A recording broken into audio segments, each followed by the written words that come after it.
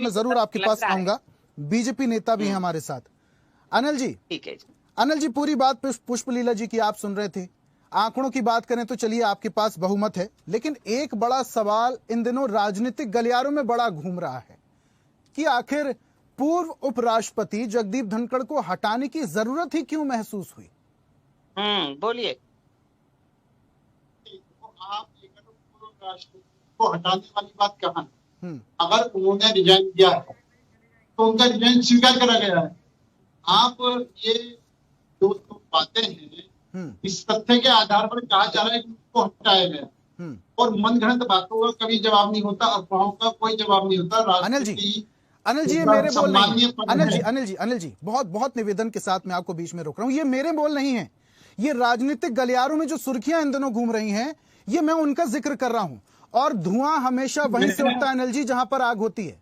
Anil ji yes, तो मेरा बड़ा स्पष्ट कहना है, राजनीतिक दलों का काम है भ्रम फैलाना।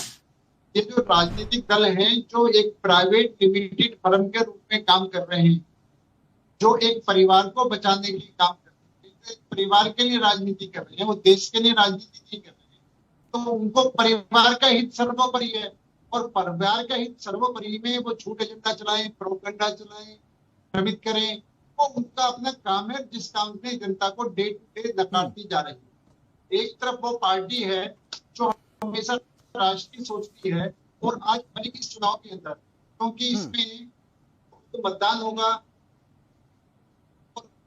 अब चलिए ठीक है अनिल जी, आप विपक्ष को हमेशा यही कहते रहते हैं कि राष्ट्रवादी पार्टी नहीं है। राष्ट्रवादी आप भी हैं, लेकिन सवाल कई सारे खड़े हो जाते हैं कि इतनी ज्यादा क्या तबीयत खराब हो गई जगदीप धनखड़ जी की उन्हें त्याग पत्र देना पड़ गया। ठीक है, वापस से आऊंगा आपके पास समय में। कि पूरी बात सुन रहे हैं आप, बड़े दावे कर रहे हैं। विद्रोही हो गए थे धनखड़ जी, और विद्रोही इतने ज्यादा हो गए कि दो बड़े नेता, पार्टी के बड़े नेता, उनसे लीडर नाराज हो गए और इस वजह से उन्हें इस्तीफा देना पड़ा। मैं सिर्फ एक बात कहूंगा, इन लोगों से अपना घर संभाला नहीं जा रहा,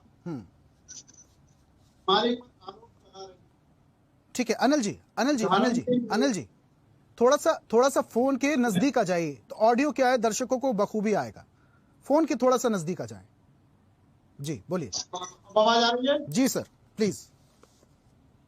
मेरा ये कहना है कि निश्चित तौर पर विपक्षी दल अपना घर नहीं संभाल पा रहे हैं, अपना घर संभाल नहीं पा रहे हैं, और हमारे ऊपर आरोप लगा रहे हैं। वो सबसे बड़ी इनकी कमजोरी है। पहली बात। लेकिन अनिल जी देखिए, सवाल उठेंगे क्योंकि ये किसी पार्टी का मसला नहीं है, ये पूरे देश का मसला है।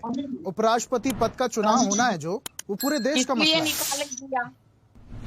मैं वही कह रहा हूँ कि इनके पास सही मायनों में ना तो उपयुक्त उम्मीदवार है, ना ही इनके पास कोई रणनीति है।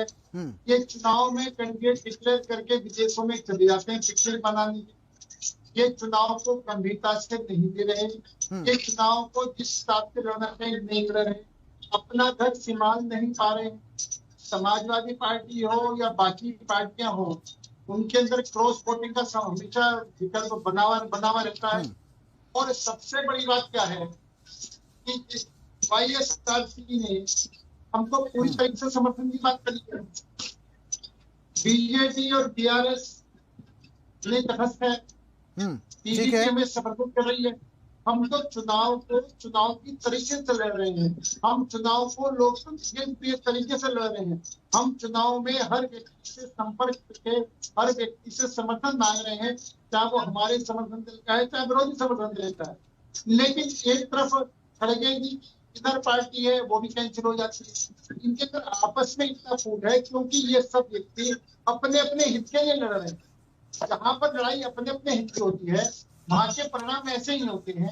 जहाँ लड़ाई राष्ट्र की नहीं होती है, जहाँ लड़ाई जनता की नहीं होती है, जहाँ लड़ाई जनता की सेवा की नहीं होती है, वहां पर सब लोग ये सोचते हैं कि एक तरफ लोग जो हैं जो देश हित की सोच रहे हैं, राष्ट्र हित की सोच रहे हैं, किसी परिवार की नहीं सोच रहे, परिवार लिमिटेड नहीं सोच रहे। एक तरफ वो पार्टियां हैं और एक तरफ वो पार्टियां हैं जो सिर्फ परिवार को बचाने में लगी हुई है, परिवार पोसने में लगी हुई है, इस परिवार को समृद्ध करने में लगी हुई है। उनका देश में कोई मतलब नहीं है। और जिस तरीके से आम जनता की वोटर भी देख रहे हैं कि ये व्यक्ति एक दूसरे पर भ्रष्टाचार का आरोप लगाते हैं, एक दूसरे के साथ खड़े होकर के गठबंधन करते हैं। अब जैसे इनके राष्ट्रपति उम्मीदवार लालू जी से समर्थन मांगने के लिए गए हैं, जबकि लालू जी चारा घोटाले के दोषी हैं। और एक उपराष्ट्रपति का उम्मीदवार वोटरों के पास जाए, अपने वोटरों से वोट मांगे, और वो लालू जी के साथ जाकर के क्या दिखाना चाहते हैं। हमें व्यक्ति वो चाहिए देश का विकास कर सके। हमें जैसे हमारे कैंडिडेट हैं वो उनको अनुभव है, वो आज भी महाराष्ट्र के राज्यपाल हैं, तमिलनाडु में ओबीसी के बहुत बड़े चेहरे हैं, दक्षिण भारतीय हैं, झारखंड के राज्यपाल रह चुके हैं, तेलंगाना के राज्यपाल रह चुके हैं, भारत आ चुके हैं। उनको निश्चित तौर पर अनुभव है और अनुभव के आधार पर वहां पर राष्ट्रपति उपराष्ट्रपति पद पर एक अनुभव व्यक्ति की आवश्यकता होगी। जो अनुभव उनके पास है वो अनुभव हमारे सामने वाले प्रत्याशी के पास नहीं। ठीक है, अनुभव तो ठीक है अनिल जी देखिए, अनुभव ठीक है, अनुभव दोनों प्रत्याशियों को है, बखूबी अनुभव है, लेकिन यहाँ पर क्रॉस वोटिंग भी तो खेल बिगाड़ सकती है आपका अनिल जी। सर मैं बात समाप्त कर रहा हूँ। हमारे कैंडिडेट जो सबको साथ लेकर चलने की योग्यता रखते हैं, भारत की एकता और साथ चलने की योग्यता इनके पास है, विकास के प्रतीक है, आत्मनिर्भर भारत। निर्भर करेगा संवैधानिक चीजों को संभाल के चलना, ये हमारी कैंडिडेट की खूबियां हैं। अनिल जी खूबियां आप बताते रहते हैं।